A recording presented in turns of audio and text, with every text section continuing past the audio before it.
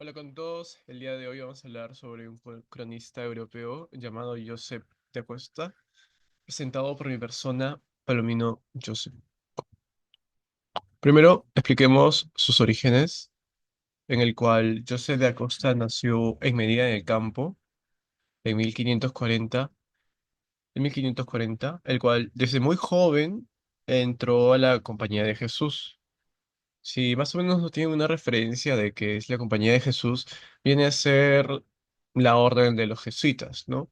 Es una orden con un carácter religioso católico, el mismo que tiene un tipo de congregación profunda respecto a la influencia de la educación, la espiritualidad y la misión evangelizadora.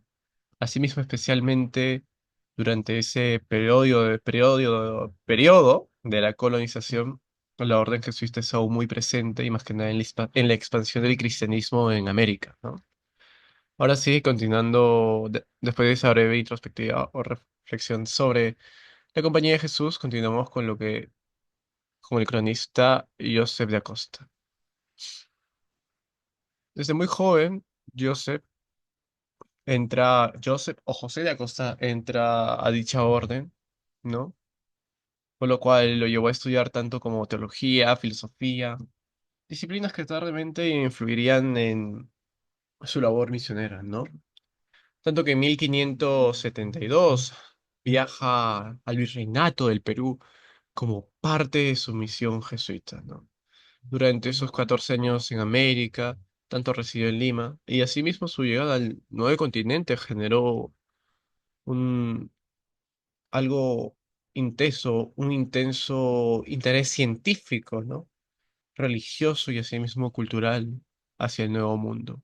Tanto que inició, o mejor dicho, lo que inició en Joseph de Acosta, tal que recorriera diversas regiones, donde tuvo la oportunidad de observar de primera mano las costumbres, ¿no? Las naturalezas y la población indígena, lo que asimismo enriqueció enormemente su comprensión del Nuevo Mundo, ¿no? Después de ello, retorna a Europa en 1587, donde Costa decide escribir su obra más importante, Historia Natural y Moral de las Indias, en la que recopila experiencias, estudios sobre los pueblos indígenas de la fauna, flora y asimismo del continente americano y las complejas interacciones entre las culturas tanto europeas y americanas, ¿no?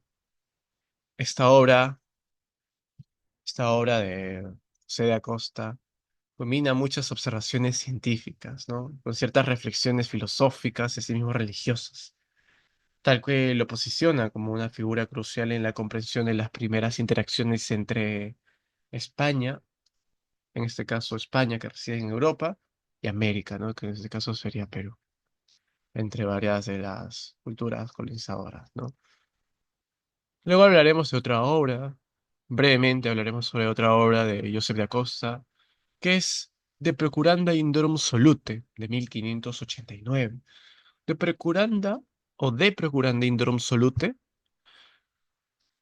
en castellano, en español, vendría a ser La Procuración de la Salvación de los Indios. Es otra de las obras más de José de Acosta, muy caracterizadora, muy representativa de él, en la cual propone que los misioneros jesuitas evangelicen a los pueblos indígenas de América con respeto, sin violencia y sin imposición, adaptándose a la cultura, ¿no? Y las realidades locales. Extrayendo una breve cita extraído de esta obra, dice lo siguiente: no basta enseñarles de fe, sino que también se debe mostrarles la caridad, pues es el corazón del indio donde hay muchas virtudes naturales que conviene cultivar y no destruir. Analizando brevemente esta cita, pues José da Costa nos muestra la necesidad de tener un enfoque respetuoso al humano, ese enfoque humanista, o sea, mediante la evangelización, ¿no? de los pueblos indígenas, destacando así la importancia de evaluar tanto sus virtudes, sus culturas, en lugar de imponer tanto una conversión forzada, ¿no? a otra nueva religión. Por lo que Acosta aboga más que nada por una integración de fe, con el respeto, con la dignidad humana y en las tradiciones locales, ¿no?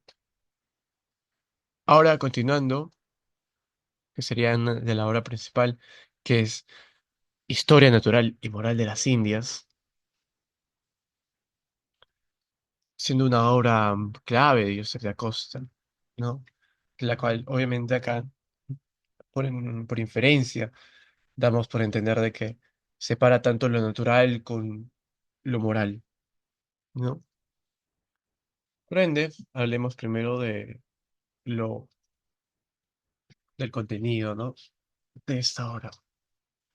Como dijimos, la obra está tanto dividida en dos partes, tanto por lo natural y la historia moral, ¿no? En este caso, la historia natural viene a ser el cual describe aspectos geográficos, meteorológicos, biológicos, astronómicos de América, ¿no? Recuerden que bien les mencioné que Joseph de Acosta tuvo ese cierto interés, no cierto interés, un interés intensa sobre este nuevo continente, este nuevo mundo. Un interés no solo de observar tanto las tradiciones, sino un interés científico, ¿no? Justamente por ello lo hemos caracterizado en esta obra, en el cual detalla, ¿no? Aspectos meteorológicos, biológicos y astronómicos de América. Más que nada, tanto dando validez, obviamente, a las culturas indígenas y asimismo a su propia cultura, en la cual también tiene un carácter un poco religioso, ¿no? Por lo que como continuamos, Acosta detalla tanto los fenómenos naturales como tanto terremotos, montañas, especies de animales y vegetales, ¿no? Un ejemplo en su mención en los efectos de altitud en los seres humanos, ¿no? Y por parte de la historia moral, pues ahí va en el sentido en el cual analiza, ¿no? Las costumbres, las religiones, ¿no? Asimismo, los sistemas de gobiernos, entonces tanto de los Méxicos y tanto de los incas, ¿no? Dando una cierta comparación, odiando cierto punto de vista, ¿no? En cómo se celebraban tanto los rituales por parte de los Méxicos o cómo se celebraban los rituales por parte de los incas, ¿no? Obviamente siendo uno más cruel que otro, ¿no? Por ese aspecto. Asimismo, hablan después de los sistemas de gobierno, de las formas de vida, de los pueblos indígenas. Asimismo, cierto, dando hincapié en el Imperio Inca, ¿no? En esta parte en la cual Acosta describe que tanto que la organización social, las creencias religiosas, los ritos como el sacrificio humano, asimismo la subsistencia de los mismos indígenas por parte por el aspecto agrícola. Después de ello, continuando, podemos observar tanto de que en este libro se hablaba sobre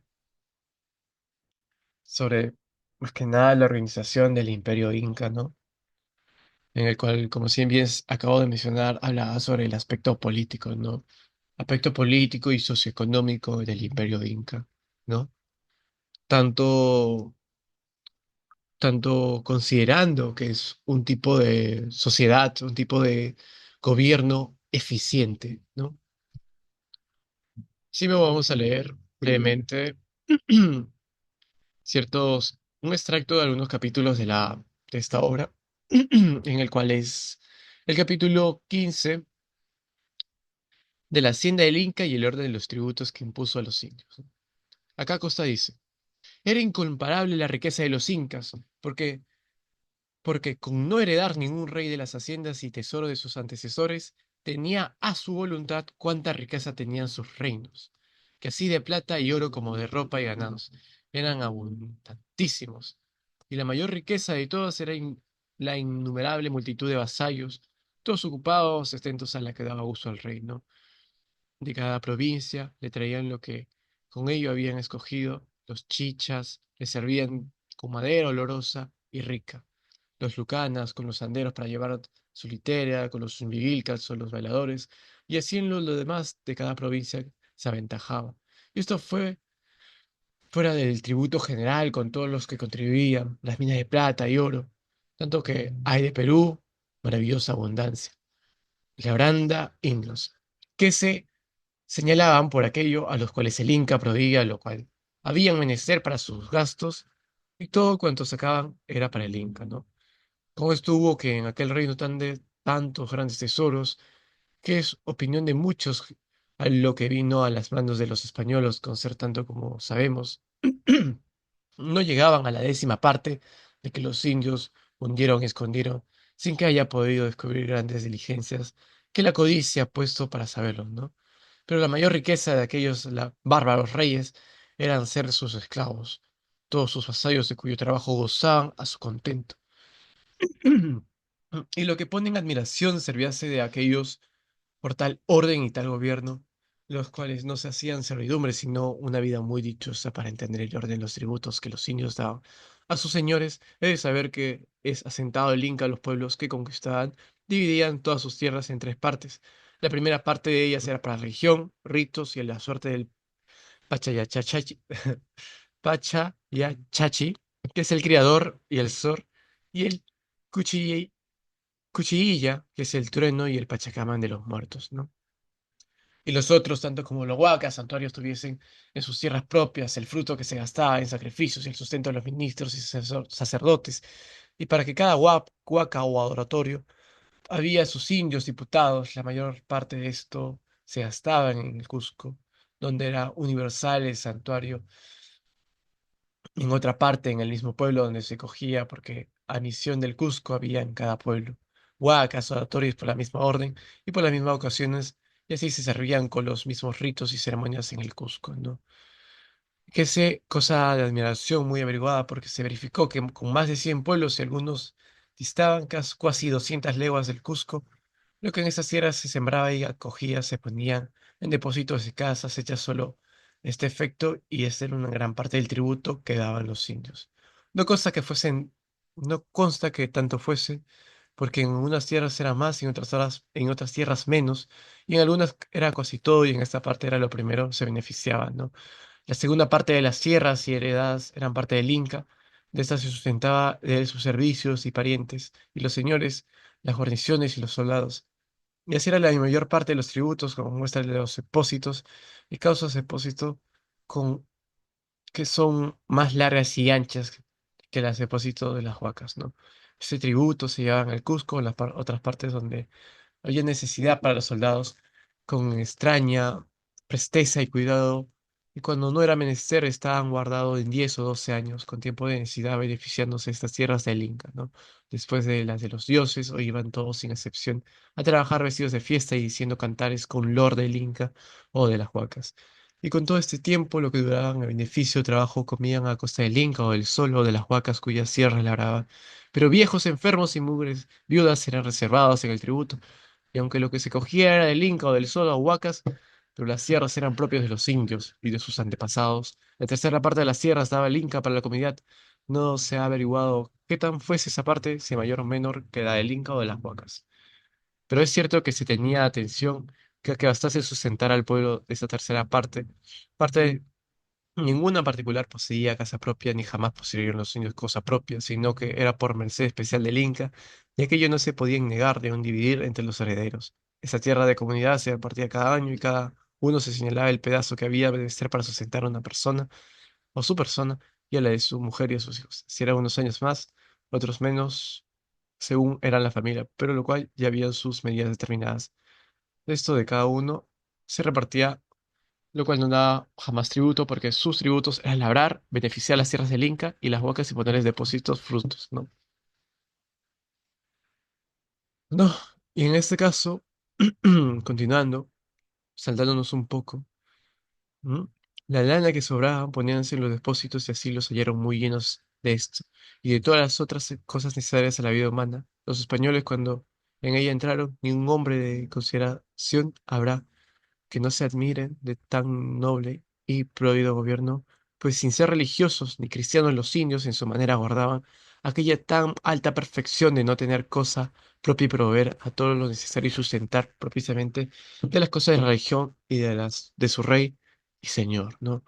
En este breve extracto de este capítulo de historia moral, de naturaleza y moral de las Indias, podemos observar que tanto aquí Acosta detalla la distribución que daba el Inca, asimismo de lo rico, no solo en riquezas materiales como oro, plata, ¿no? O recursos naturales, por así decirlo, sino también en sus vasallos que tenían una gran cantidad de gente a su servicio. Y ese era uno de los puntos a resaltar, pues no había rey tan bárbaro que tenga tanta gente a su servicio, ¿no? En este caso también resalta la distribución de cada indio o de, ¿no? Que el cual tenía cierta tierra, el cual el Inca les daba, aunque no era propio de aquellos, aunque solo era propio del Inca, aunque no era propio de aquellos, era lo suficiente para sustentar tanto a la familia y a los hijos de aquel, ¿no? Por ello aquello resalta, ¿no? Puede que sea grande o no más grande que más grande que la del terreno de las vacas, pero de todos modos era muy esencial para la subsistencia, ¿no? Cosa de que hoy en día, o por lo que vemos en los libros de historia, no cualquier rey podía hacer eso, ¿no? Por eso resalta que no fueran religiosos, no fueran estudiados.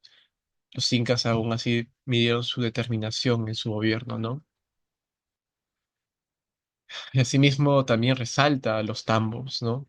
Como esos almacenes en donde se guardaban alimentos, ¿no? Y bienes para la redistribución, en este caso la necesidad. Acosta admira tanto su capacidad de los incas para garantizar el sustento de toda la población, sea 10 a 12 años, especialmente en un territorio tan accidentado como es los Andes, ¿no? Asimismo menciona los quipos y la estructura jerárquica, ¿no? Tanto aquí Acosta observa la centralización del poder, cosa que no detalla tanto en este capítulo, sino posteriormente en otros capítulos. Detalla esa estructura, ¿no? De poder, tanto como el Zapa Inca, quien gobernaba en un sistema que combinaba la autoridad política y la religiosa, ¿no? Lo que lleva a reflexionar tanto sobre el control que los incas ejercían en su vasto territorio, ¿no? Continuando, de los oficios que aprendían los indios para en resumidas cuentas, lo que dice este capítulo, nada del capítulo 16, eh, menciona de que los indios, desde bien pequeños, pues ya eran enseñados para subsistirse ellos mismos, ¿no? Para tener cierta independización, ¿no? Por ello, por ello menciona acá, ¿no?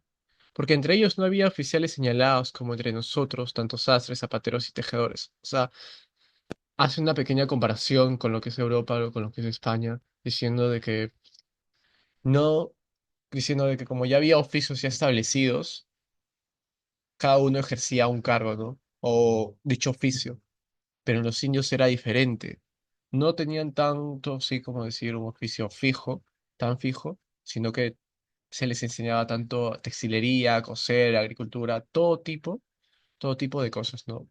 Para ser, para ser sustentable, ¿no? A decirlo así.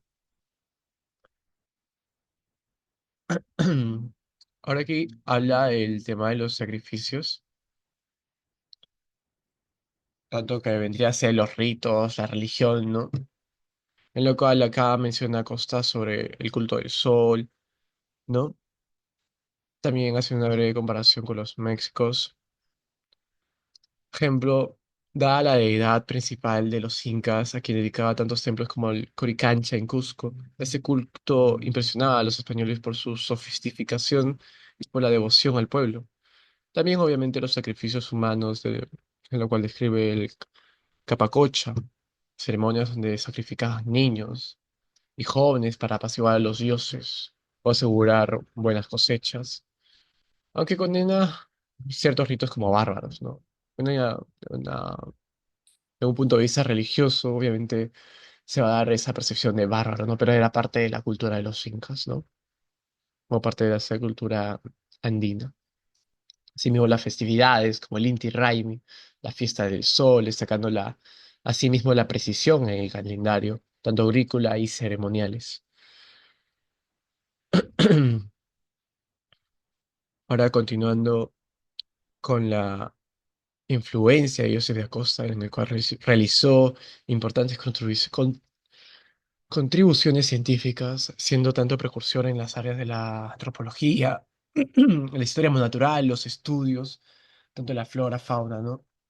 Asimismo, detallar, detallar que influyó tanto en científicos como europeos, tales como Alexander von Humboldt, que, si no recuerdan, fue un científico, geógrafo, naturalista y explorador alemán, uno de los padres de la geografía moderna. Bueno, aquí en la influencia que tuvo, pues Acosta escribió observó mayormente con detalle tanto los ecosistemas del Nuevo Mundo en ese libro, y así mismo describiendo su biodiversidad, ¿no? En cuanto al estudio de los pueblos indígenas, aunque bien su enfoque estaba marcado en una perspectiva tanto eurocéntrica, ¿no? Daba validaciones y aportaciones documentando las lenguas, las costumbres, así entender más o menos la vida precolombina, ¿no? Proporcionando detalles sobre la organización social de imperios como el Inca y las creencias religiosas que dominaban tanto en la región, ¿no? Y no solo incas, y obviamente también de los méxicos, ¿no? Además, sus aportes científicos, ¿no? Tanto como destacando como misionero o evangelizador, como miembro de la Compañía de Jesús o como la Orden de los Jesuitas, ¿no? Promoviendo así la evangelización en los pueblos indígenas, pero asimismo abogando de que esa dicha evangelización sea de una manera más humana, ¿no? Esa es una de las características más ejemplares que hay más que nada en la orden jesuitas, como en su rol evangelizadora en en la época colonial, ¿no? Asimismo, su legado como misionero refleja su compromiso con la fe cristiana, asimismo también dando o intentando comprender, en algunos casos, proteger las culturas indígenas en el cual se encontró en América, ¿no? Ahora vayámonos a la conclusión, ya para finalizar ese tema. José da Costa, a través de esa mirada detallada y reflexiva, actuó como un puente entre ambas culturas, ¿no? Proporcionando valiosas perspectivas sobre la naturaleza, la sociedad y la religión en el contexto de la colonización, y a pesar de cierta visión, como ya la mencionabas, un poco europea, y Misionera nos ofrece una valiosa documentación sobre la naturaleza y las culturas, ¿no? Y asimismo de darnos a entender que toda transformación no viene a ser forzada, ¿no? Y asimismo nos deja una lección en cómo las culturas pueden ser vistas tanto a sí mismas admiradas o vistas con admiración, con prejuicios o sin prejuicios. Y asimismo, invitarnos a reflexionar sobre la importancia de comprender y respetar la diversidad cultural y natural. Eso es todo por hoy. Eso es todo con José Acosta. Un gusto.